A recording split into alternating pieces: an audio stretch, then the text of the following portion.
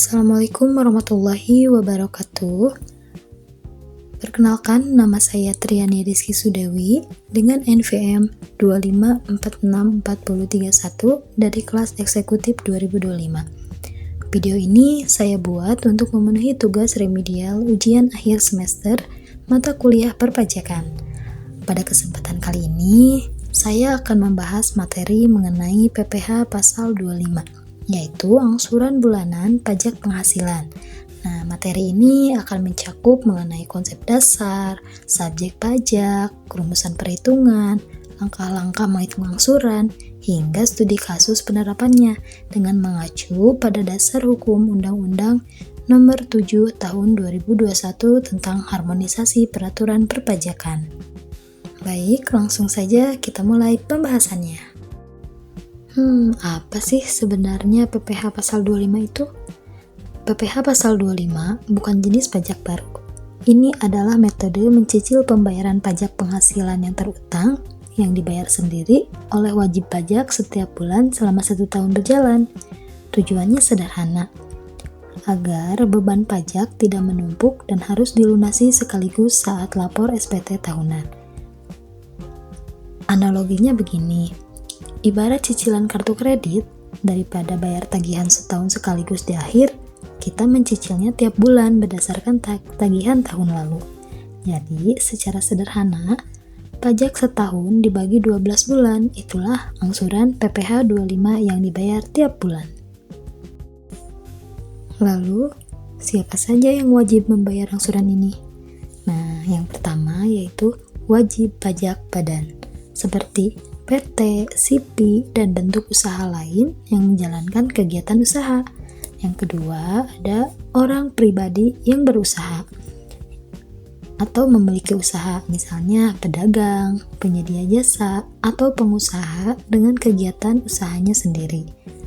Namun, ada juga yang dikecualikan, yaitu wajib pajak dengan penghasilan yang dikenakan PPh final, serta karyawan dengan satu pemberi kerja yang penghasilannya sudah dipotong PPh pasal 21. Sekarang, mari kita lihat rumus dasarnya. Angsuran PPh pasal 25 dihitung dari PPh terhutang menurut SPT tahun lalu. Lalu dikurangi kredit pajak, yaitu PPh pasal 21, 22, 23, dan 24, kemudian hasilnya dibagi 12 bulan. Khusus untuk orang pribadi, penghasilan neto dikurangi PTKP terlebih dahulu sebelum dikalikan tarif pasal 17. Dan yang perlu diingat, jatuh tempo pembayarannya adalah paling lambat tanggal 15 setiap bulan berikutnya. Oh iya teman-teman, supaya lebih mudah untuk dipahami, berikut ini ada 5 langkah menghitung angsuran PPh pasal 25. Untuk langkah yang pertama yaitu ambil PPh terhutang. Nah, lihat PPh terhutang pada SPT tahunan tahun pajak sebelumnya. Nah, untuk langkah yang kedua yaitu kurangi kredit pajak, yaitu PPh yang sudah dipotong atau dipungut seperti pasal 21, 22, dan 24. Untuk langkah yang ketiga yaitu keluarkan penghasilan tidak teratur. Seperti apa sih? Ya, seperti capital gain atau selisih kurs yang bukan dari usaha pokok. Untuk langkah yang keempat, bagi 2 dengan 12 bulan atau jumlah bulan dalam tahun pajak. Dan untuk langkah yang terakhir, ada bayar pajak sebelum tanggal 15. Setorkan setiap bulan dan validasi NTPN dianggap sebagai SPT masa yang sudah dilaporkan. Ada beberapa ketentuan penting yang wajib diperhatikan. Yang pertama yaitu tanggal 15. Ini adalah batas akhir pembayaran angsuran setiap bulan berikutnya. Yang kedua, untuk wajib pajak baru, umumnya angsurannya nihil atau Rp0, kecuali untuk kategori tertentu yang diatur dalam PMK 215 tahun 2018. Yang ketiga, jika PPh tahun berjalan diperkirakan naik lebih dari 125%, Direktorat Jenderal Pajak berwenang menghitung ulang angsuran. Yang keempat, jika usaha turun sampai kurang dari 75%, wajib pajak dapat mengajukan permohonan pengurangan angsuran secara tertulis.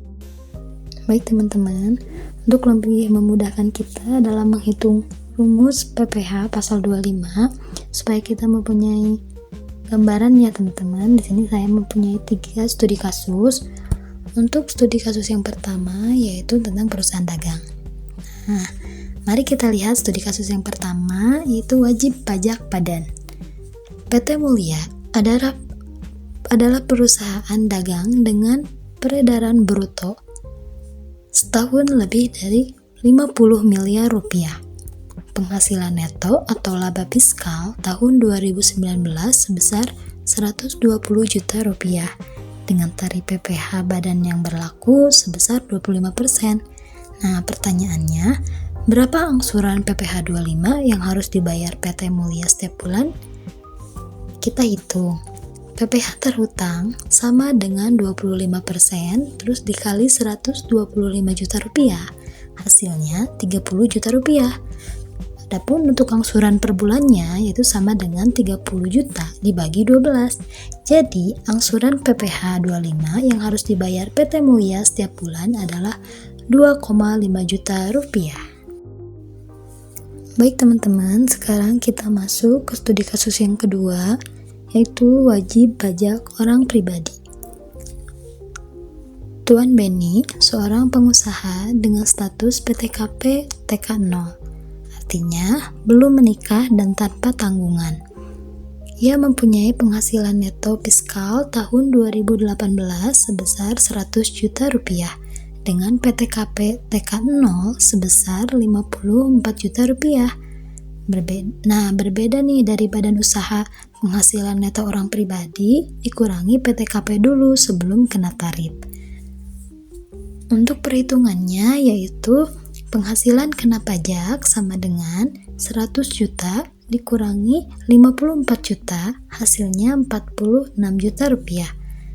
PPh terhutang dengan tarif 5% sama dengan 5% dikali 46 juta, hasilnya 2.300.000 rupiah.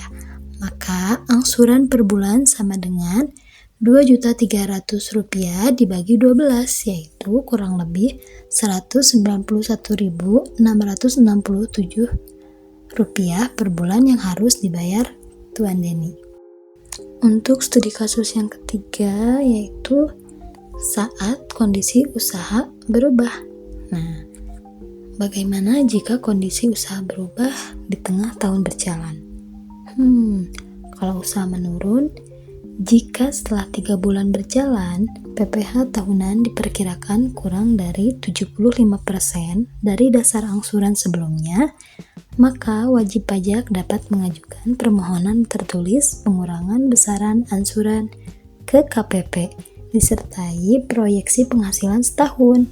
Nah, sebaliknya, kalau usaha meningkat pesat, jika PPh tahun berjalan diperkirakan lebih dari 125% dari PPh tahun lalu, maka Direktorat Jenderal Pajak berwenang menetapkan kembali atau menaikkan besaran angsuran bulanan wajib pajak secara resmi.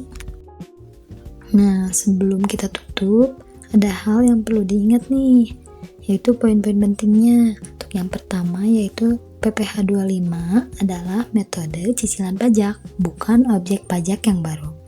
Untuk yang kedua yaitu dasarnya dihitung dari PPh terhutang pada SPT tahunan tahun sebelumnya. Untuk yang ketiga yaitu hasilnya itu dikurangi kredit pajak lalu dibagi 12 bulan.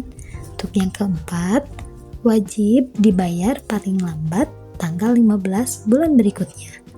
Untuk yang kelima, besaran angsuran bisa disesuaikan jika terjadi kenaikan atau penurunan usaha yang signifikan. Dan untuk yang terakhir yaitu untuk wajib pajak baru, umumnya tidak ada angsuran di tahun pertama terdaftar.